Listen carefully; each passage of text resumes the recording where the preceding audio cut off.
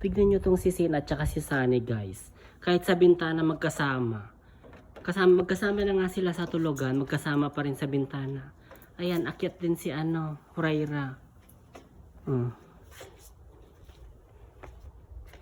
Ang ganda na, yung may lamesa pa ako. Ano yan? galing sa opisina, pinadala ko dito, pati yung freezer. Ala, 3 na kayo. Ay, hindi pala si Huraira yan, akala ko si Huraira.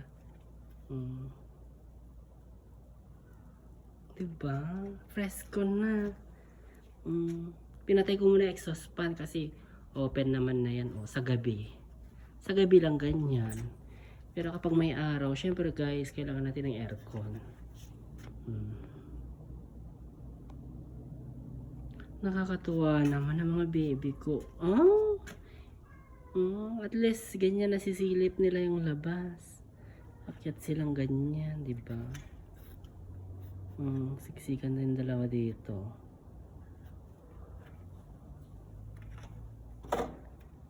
Sige. Huwag kang pumunta dyan, baby. Hindi ka na makakabalik. Ganyan lang. Maipit na yung tiyan mo. Kailangan pag inalambre ko to, hindi dapat nakakasugat. Dito ko siya sa ilabas yung sa loob pulido dapat kasi para hindi nila nasasagi. My God, baby. Ang fresh naman na. Fresh ko na sa loob. Kahit umakyat ka, hindi ka makakalabas. Tingnan niyo si Sunny. Ala, nandun na yung isa. Paano ka makakabalik niyan? Ay, makakabalik siya. Atras lang siya. Alam niya.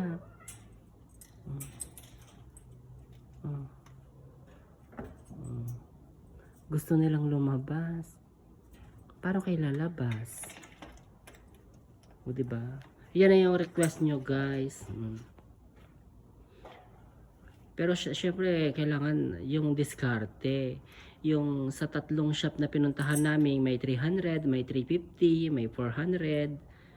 Ang mahal, diba? Saan tayo kukuha ng ganung pera? Pampatakip sa bintana, 400 real. Kaya ang diskarte, binaklas ko yung isang cage. Yan ang inilagay ko dyan.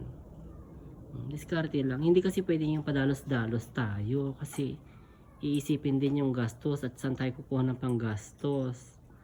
Diba? Kung mayaman lang ako, walang problema. Kahit 1 milyon pa yan, charot. Okay na siya. Ganda-ganda na ng estiraha ko. Tsaka yung mga baby. 4 na yung nandyan. Sige, atras. Alam, marunong. Atras. Marunong sila. Sige na, lilinisan ko sila kasi ang ginagawa ko kasi linis muna bago kain tsaka bago palit ng tubig. Linisan ko na muna sila at para hindi sila nagugutom na. Bye. Hala. Ganda ng itsura nyo dyan.